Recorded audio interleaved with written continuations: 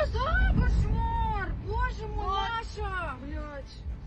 Ужас, ужas. Lõplik kättemaks on ametlikult alanud ja Venemaa pealinn Moskva põleb. Vaid mõned päevad tagasi pani Putin toime mõeldamatu sõjakuriteo, pommitades Ukrainas 48 tunni jooksul süütuid tsiviilisikuid. See oli üks suurimaid rünnakuid, mille Venemaa on sellest sõjast alates korraldanud, aga ta unustas ühe asja. On aasta 2026, mitte 2022. Ukraina vastulöök oli tohutu ja samuti pretsedenditu. Ukraina tabas Moskvat nii suure rünnakuga, mida pealinn pole näinud teisest maailmasõjast saadik. Üle 1000 ründedrooni koormasid Putini õhutõrjesüsteemid täielikult üle, muutes tema seni puutumatuks peetud pealinna tõeliseks sõjatsooniks. Moskva hirmunud eliit vaatab nüüd pealt, kuidas nende enda sõjavägi paanikas kogemata nende enda kortermaju õhku laseb. Sõda on nüüd ametlikult Venemaa koduõuele jõudnud. Kütist on saanud saakloom ja Putinil pole kedagi teist süüdistada peale iseenda. Kogu see asi algas tema veast, tohutust veast, mis jääb ajalukku. Alles mõned päevad tagasi, 15. mail korraldas Venemaa suure rünnakulaine Ukraina sihtmärkide pihta, tappes vähemalt 25 inimest ja vigastades sadu teisi. Ukraina pealinnas Kiievis sihtis Venemaa 9-korruselist kortermaja. See oli tsiviilhoone. Siin hukkus 24 inimest, neist 3 olid lapsed. Nad olid 12, 15 ja 17-aastased. Nad ei jõudnudki täiskasvanuks saada. See Vene pommitamine Ukraina linnade ja tsiviilisikute pihta kestis üle 40 tunni, kuid Venemaa unustas ühe asja. Ukrainal on nüüd võimalus vastata ja nad saavad vastata jõuliselt. Nad ei vaja selleks Ameerika Ühendriikide ega Euroopa luba. Nad saavad toota relvi oma riigis ja kasutada neid relvi, et tabada ükskõik, kus nad soovivad. Täpselt seda tegi ka Zelenski. Vaid mõni tund pärast Venemaa rünnakut oli Zelenski juba andnud oma kaitsejõududele korralduse valmistuda vastuseks, mis oleks asjakohane. Ja see on siin oluline punkt, sest see saab tõesti olema asjakohane vastus. Kui kaitsejõud hakkasid selle asjakohase vastuse plaani koostama, saime tõeliselt teada, millist ülekohtu Ukraina pidi taluma. Putin tulistas ukrainlaste, Ukraina tsiviilisikute pihta üle 3000 ründedrooni, 1300 õhust juhitava pommi ja 74 raketti. Paljud neist rakettidest tabasid tegelikult elumaju, nagu me just rääkisime. See oli üks kõige kohutavamaid nädalaid, mida Ukraina on pidanud taluma alates selle sõja algusest 2022 aastal. Ja see tähendas ainult üht asja. See vastulöök pidi olema midagi sellist, mida Venemaa polnud kunagi varem näinud. Ja seda ei osanud Putin oodata. Ukraina ründas kõike, mida ette kujutada võib. Isegi Moskva inimesed polnud kaitstud. Venemaa eliit, kes elasid kaitstud piirkondades ja kõrghoonetes Moskvas, polnud sugugi kaitstud. Ja kahjuks ei olnud need Ukraina droonid, mis Moskva kortermaju sihtisid. Need olid Vene õhutõrjesüsteemid. Aga sellest räägime kohe edasi. Jätkame sellega, mis täpselt juhtus. Ukraina korraldas suurima rünnaku, mida Moskva on kogenud pärast teist maailmasõda. See oli rohkem kui 80 aastat tagasi. Põhjus, miks see oli nii suur asi, eriti just rünnakud Moskvas, seisneb selles, et vaadake, kuhu Putin on õhutõrjesüsteemid paigutanud. Ta on loonud 4 mitmekihilist õhutõrjesüsteemide ringi, et kaitsta Moskvat, oma pealinna, mis on suurim linn Venemaal. Sellise ülesehituse tõttu tundsid inimesed Moskvas end suhteliselt turvaliselt ja just siis tabas neid paanika. Kui nad hakkasid nägema Ukraina droone karistamatult Moskva taeva kohal lendamas. Need polnud 1 või 2 drooni, vaid tuhandeid. Ja me näitame seda kohe varsti. Aga kõigepealt vaadake venelaste reaktsiooni, kui droonid hakkasid lendama. Veel üks lendab kusagil. Sion. Sion, väike. Miks see üleval on? Sion jausa, kurat küll. Juba teine, lits, ilmselt sihid minu piirkonda. Teine lendab kindlasti ja nad panid jälle mööda. Nüüd, see on veel üks asi, millele tahan tähelepanu juhtida. Selles videos on meil tulemas palju klippe inimestelt Moskvast ja see ütleb meile üht. Linna tabatakse väga harva. Nii et kodanikud ei tea, et seaduse järgi ei tohi nad Venemaal neid videoid salvestada ega neid internetti üles laadida. See oli haruldane juhtum, eriti sellises ulatuses. ja inimesed hakkasid paanikas salvestama ja avaldama sadu, võib-olla isegi tuhandeid videoid. See on ukrainlastele tulevikus väga kasulik, sest nad saavad teada, mida tabati, mida mitte ja nad saavad oma tulevasi lööke täiustada. Aga praegu vaatame täpselt, mida nad tabasid. See rünnak Moskva ja kogu Venemaa vastu kestis täpselt 48 tundi. See oli täpselt sama kaua, kui kestis Venemaa rünnak Ukrainas. See ei saaks olla selgem. See oli mõeldud otsese vastulöögina ja sõnumina Putinile endale. Vene kaitseministeerium ise kinnitas, et nad tulistasid alla rohkem kui 1000 drooni vaid 1 päevaga. Jälle, mul on tunne, et ma väsin seda kordamast, aga see on midagi, mis pole Venemaal selle sõja algusest umbes 4 aastat tagasi kunagi juhtunud. Ukraina pole kunagi kasutanud rohkem kui 1000 drooni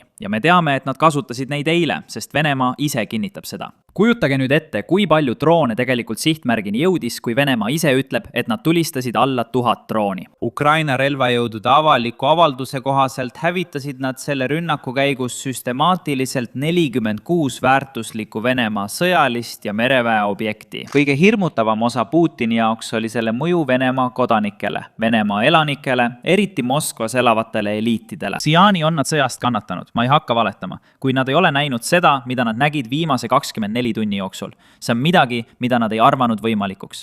Lubage mul selgitada, mida ma mõtlen. Teie ekraanil näete drooni kukkumas Moskva suurima lennujaama lähedal. Ja kui ma ütlen kukkumas lähedal, siis näete, et lennukid on otse selle tulekahju taga, kuhu droon kukkus. See oli sisuliselt lennujaamas. Ja selle tõttu on meil kaadrid lennujaama seest, kus näete, et seal on praktiliselt kõik välja surnud. Tegelikult ongi kõik välja surnud. Lennukid ei tõuse õhku, reisijaid pole kohal. Ja kõik registreerimisletid on lihtsalt suletud. Tegelikult on meil klipp naisest, kes elab lennujaama lähedal ja reageerib neile droonirünnakutele peaaegu reaalajas. Kuulake. Põhimõtteliselt tulistavad nad Šeremetjevo lennujaama Hollywoodi jaoks.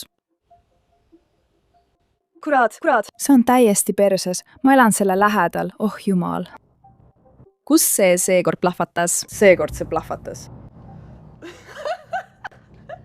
Mis kurat see on? Mul on sellest jamast nii kõrini.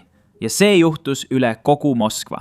See oli lihtsalt üks lennujaama sihtmärk ja ma kahtlen, kas Ukraina üldse üritas seda lennujaama sihtida. Siin peame meeles pidama, et Venemaal on viimastel aastatel toimunud GPS-i häirimine. Inimesed ei saa lihtsalt oma telefonis aadressi sisestada ja minna soovitud kohta, sest GPS ei tööta. Ja selle tõttu oleme näinud, kuidas vene inimesed või need, kes Venemaale külla lähevad, on põhimõtteliselt linnas ära eksinud ja nutma puhkenud. Kogu selle häirimise, GPS-i häirimise ja droonide häirimise tõttu kaotavad droonid mõnikord lihtsalt kontrolli ja kukuvad sinna, kus nad parasjagu on. Nad lihtsalt kukuvad taevast alla ja see põhjustabki juhusliku tulekahju lennujaamas, nagu me just nägime. See juhtus nüüd üle kogu Venemaa ja seda näeme ka teiselt videolt, mille salvestas üks vene naine, kes lihtsalt jalutas ringi. Vaadake.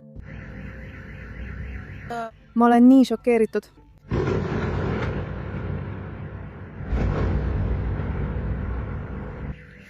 Ma pole kunagi varem nii hirmul olnud.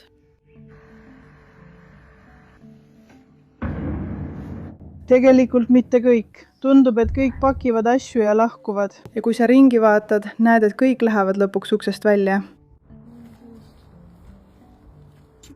Me läheme autosse ja kaome siit kiiresti. Kõik seisavad trepikojas. Kõik peidavad end trepikodades. Ja nagu sellest veel vähe oleks, tulistasid Vene õhutõrjejõud kogemata oma enda kortermaju. Ja ma ei mõtle seda välja. See on meil videosalvestisena olemas. Ja lisaks sellele kinnitavad Vene kodanikud, et nad nägid oma silmaga, kuidas Vene õhutõrjeraketid kukkusid kortermajale või tabasid seda. Ma ei ole kindel, kumb see on, aga vaadake ise ja andke mulle all kommentaarides teada. Vaatame kõigepealt seda tabamust. Kuradi.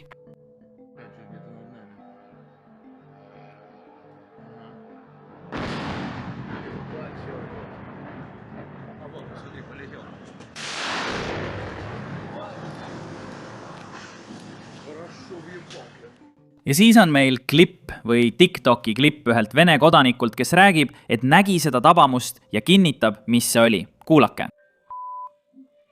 Nad tabasid põhimõtteliselt õhutõrjet. Tabasid kõrval asuvat hoonet, seda, mis on üle tee. Kurat! Naabermaja kompleksi hoonesse number 11. See asub Nikita maja vastas, otse üle tee. siis näete oma ekraanil kaadreid Ukraina droonist, mis lendab Venemaal asuvasse nafta rafineerimistehasesse. See on üsna suur rafineerimistehas Moskvas. See rajatis asub Moskva Kaponski rajoonis, kuulub Gazpromile ja töötleb umbes 245 barrelit naftat päevas. Ja umbes 40% sellest kütusest läheb tegelikult tagasi Moskvasse. See tähendab, et see teenindab siseturgu. See omakorda tähendab, et tegemist on ühe kõige tugevamalt valvatava objektiga piirkonnas. Ja hoolimata sellest lendab droon sisse ja võib tekitada sadade miljonite dollarite ulatuses kahju. Üks ainus droon. Kas teie arvates on see seni olnud proportsionaalne vastus või peaksime jätkama? Ma arvan, et me peaksime jätkama, sest lõppude lõpuks ei alustanud sõda mitte Ukraina, vaid Venemaa. Seega ei saa Venemaa nüüd otsustada sõda lõpetada lihtsalt sellepärast, et ukrainlased liiguvad tagasi. Samuti sai tabamuse kütuselaadimisjaam Trunusko külas. Tuli oli nii suur, et seda oli näha miilide kauguselt. Rünnakute hulka kuulusid ka FSB patrull-laev Kapjanskis, õhutõrjesüsteem Luhanskis ning loomulikult Musta mere laevastiku side Krimmis ja mitmed erinevad juhtimispunktid. Ukraina ründas Venemaad nii vee peal, õhus kui ka maal. Polnud kuhugi peitu pugeda. Nagu ma alguses ütlesin, kütid muutusid ise saagiks. Paljude venelaste jaoks oli see nende kõige hullem õudusunenägu. Paanikat oli nii palju, et me kuuleme seda ka salvestistes, kus venelased räägivad oma tunnetest. Seda on ukrainlased tundnud viimased 4 aastat. Suurema osa sellest sõjast suutis Venemaa rünnata Ukrainat sisuliselt karistuseta. Ukraina vastas küll, kuid see polnud sugugi proportsionaalne. Nüüd on aga Ukraina vastus muutumas väga proportsionaalseks. Vaadake seda Vene reaktsiooni. Seal oli selline sumin, ma ei oskagi seda kirjeldada, nagu miski oleks lennanud otse meie maja kohal. Ma kartsin ja kui ma suitsu nägin, ärkasime kell 4 hommikul, suits tuli metsast. Noh, mitte täpselt meie metsast, vaid nendest metsadest seal lähedal, väikesel küngal, ainult 3 minuti kaugusel. Seal oli nii palju suitsu, ma mõtlesin, issand jumal, see on nii lähedal. Tegelikult see heli praegu, need on lennukid, mis lendavad. Kui lennukid lendavad, tähendab see, et Šeremetjeva lennujaam on avatud, nii et kõik on rahulik. Parem tehku nad müra kui midagi muud. Igatahes, see undas niimoodi ja siis need plahvatused. Ma lihtsalt värisesin. Ma lamasin teki all, täiesti riides. Ma olin. Õhk on jäiselt külm. See võtab mind luudeni külmaks. Umi oli seal samas, Valera. Ma ei suutnud oma närve rahustada. Ukraina droonide komandör andis pärast selle operatsiooni lõppu välja avalduse. Ja see avaldus oli väga lihtne ning ma olen kindel, et venelased mõtlevad selle peale palju. Moskva ei maga kunagi. Ja lisaks sellele ma ei ole 100% kindel. Seda ma tahtsingi öelda, aga ma arvan, et see on droon. Ja see sõnum on kirjutatud droonitiivale, mis tõenäoliselt lendab Venemaale või Venemaa poolt okupeeritud alale. Nii et venelased saavad selle sõnumi otse kätte.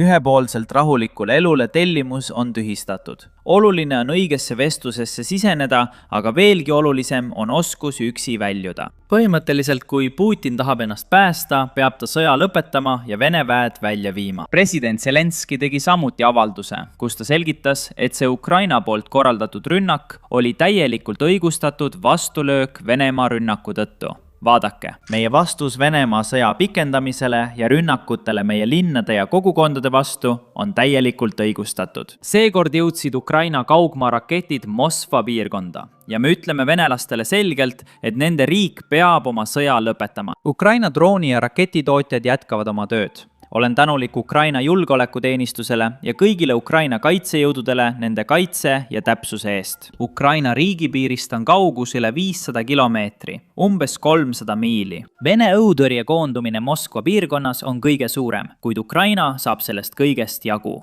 Au Ukrainale. Olukord läks venelaste jaoks nii halvaks, et nad on nüüd valmis Euroopaga rääkima. Ja see on avaldus, mis tuleb otse Kremlist pressiesindajalt. Peskov ütleb, et Kreml on huvitatud dialoogi taastamisest Ukrainaga. See juhtub 17. mail kohe pärast Moskva rünnakut. Ma annan teile ühe võimaluse arvata. Kui te suudate kommentaarides ära arvata, miks ta seda just nüüd ütleb, kahjuks ütleb ta seda ainult avalikkusele. Ta ei anna tegelikku põhjust, miks.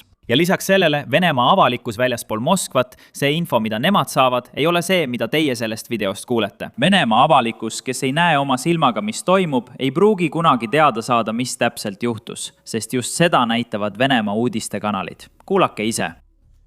eile õhtul ja täna hommikul tõrjusid õhutõrjejõud ühe kogu sõjalise erioperatsiooni suurima Ukraina droonirünnaku. Aga kõigepealt suurulatusliku Ukraina droonirünnaku tõrjumisest pealinna piirkonnas. Nagu Moskva linnapea Sergei Sobjanin teatas, tulistasid õhutõrjesüsteemid viimase 24 tunni jooksul alla üle 120 drooni. Üks suurimaid Ukraina droonirünnakuid, sealhulgas pealinna piirkonna vastu, tõrjuti. Rafineerimistehased põlevad. Tehased põlevad ja Vene uudised ütlevad, et Kremlile kuuluv riigimeedia teatab, hei, me tõrjusime rünnaku. Aga näete, olukord muutub nii vastikuks, et nüüd isegi Vene sõjablogijad astuvad Kremlile kuuluva propaganda vastu välja. Need sõjablogijad on suured toetajad sellele sissetungile, mille Putin alustas, aga asi läheb nii kohutavalt valesti, et nad pöörduvad nüüd Kremli vastu. Ja see avaldus, mida me kohe vaatame, pärineb Ramanovilt, kes on üks suurimaid sõjablogijaid Venemaal. Vaadake, mida ta ütles. Kui sa näed oma silmaga midagi, mis on vastuolus ametlike allikate väidetega, siis ära usu oma silmi. Eile õhtul ründas Ukraina relvajõudude kamikaatsedrooni Rusud Amisnov Azovit, mis on Lõuna-Venemaa suurim keemiatööstusettevõte. Aga piirkonna kuberneri sõnul pole mingit kahju.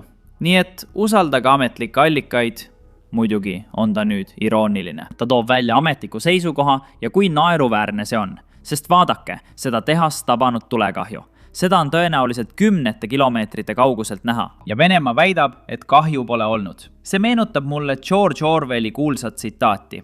Partei käskis sulle eirata oma silmade ja kõrvade tunnistust. See oli nende viimane ja kõige olulisem käsk. Venemaa jaoks jõuab sõda koju. Zelenski sõnul naaseb sõda sinna, kus see alguse sai. Moskvasse. Ja Putin ütleb nüüd oma kodanikele, et nad peavad oma silmad ja kõrvad sulgema. See ei lähe üldse plaani järgi. Minu nimi on Sam. See on kõik, mis mul täna teile öelda on. Näeme järgmises videos.